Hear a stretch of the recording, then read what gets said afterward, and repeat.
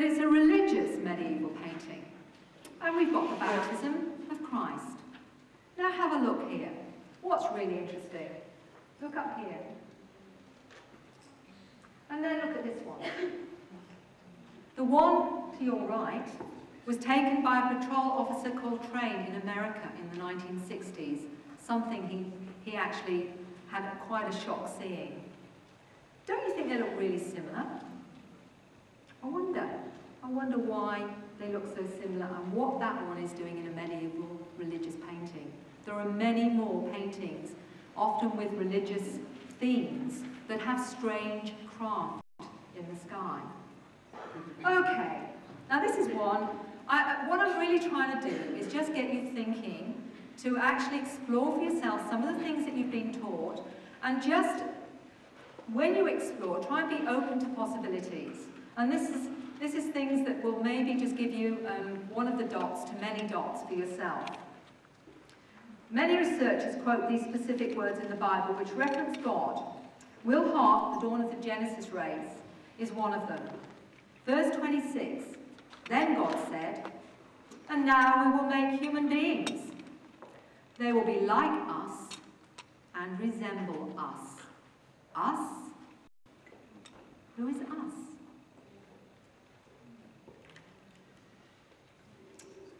What was interesting for me was I was getting information from people with contact experiences that were telling me similar things. They were telling me things about our history that were not things that they'd been taught. And these were young people, sometimes very young, and I'm going to give you some illustrations of that a bit later on.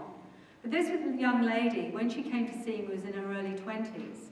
And this was one of the things that she told me she sensed or knew without being taught. And she said this, and it's a very important statement. The human race has been created by extraterrestrials, by genetic manipulation, the use of human and extraterrestrial DNA to create another species. And she says herself, Tracy brought through this information, which she said was contrary to everything that she'd been taught. So it wasn't something she particularly wanted to take on board. So, what was interesting for me is, okay, so if this has some truth in it, I need to know whether or not we can quantify it, whether we can find evidence of this. Because it's one thing saying all these things, but we've got to start looking at whether or not we can qualify it from as many areas as we possibly can. And that started me on my mission. Through anthropology, archaeology, through human biology, right through to our religious texts. On a mission you can't believe. Anyone who's seen my bookcase at home will know what I'm talking about. It covers one wall. But I needed to. My medical nurse science background wanted to know what is the reality of this. Okay, so it was discovered that 223 genes do not have the required predecessors in our genomic evolutionary tree. How did man acquire such enigmatic genes? These extra genes are completely missing in the invertebrate phase of our evolution. Science can only explain their presence as recent in an evolutionary timescale, not through gradual evolution, not vertically on the tree of life, but horizontally as a sideways insertion of genetic material. And significantly, these 223 genes are 2/3 the difference between us and the chimpanzee, and include important psychological and psychiatric functions. Now, isn't that interesting? And then we get a very respected scientist, or I'm sure most of you have heard of. This is Francis Crick, the Nobel Prize winner, co-founder of the shape of the DNA molecule. And what does he say? He's the author of Life Itself, and he claims that an advanced civilization transported the seeds of life in a spacecraft. Now, what on earth is a scientist of his renown doing, saying something as mind-blowing as that? Well, maybe he's got some evidence to go on. Dr. Rodwell, remember I mentioned him before, taking out the implants? He's written a book called The Aliens and the Scalpel. That's not only his only claim to fame. One of the other things that Dr. Rodwell and I talked about was something called the Star Children. It's a name. We don't really know what else to say at the moment. They are often called many other names, and I will go into that in a minute. But what he did notice was that children appeared very different today than even 30 or 40 years ago. And he wanted to know if his theory was correct. So he got the data, and it went back 40 or 50 years in America. And from it, he started to look at the statistics and the developmental changes in children. And he found some really interesting things.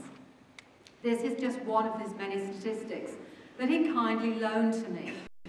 And it's how the children change over their first years, from age of gait right through to simple words and what have you. And the fascinating thing was that he found that in 40 or 50 years, some of these particularly higher psychological functions had accelerated, as you can see for yourself. 61%, 83%, 66%, 66%. In 40 years, what's going on? And this is what Dr. Rodwell actually says. I have come to the conclusion that not only are star children amongst us, but the entire human race is being advanced forward at a rate that is unlikely to be due to slow evolutionary forces. It's far more likely that the rapid advancement of the human species is due to alien intervention in our bodies and minds. Now, isn't that fascinating? Okay. So is he the only one that's noticed this? No, he isn't. We have many, many scientists and people working in this field and researching it that are saying the same thing. Dr. Atwater survived 3 near-death experiences. Beyond the Light is one of the books that she's written.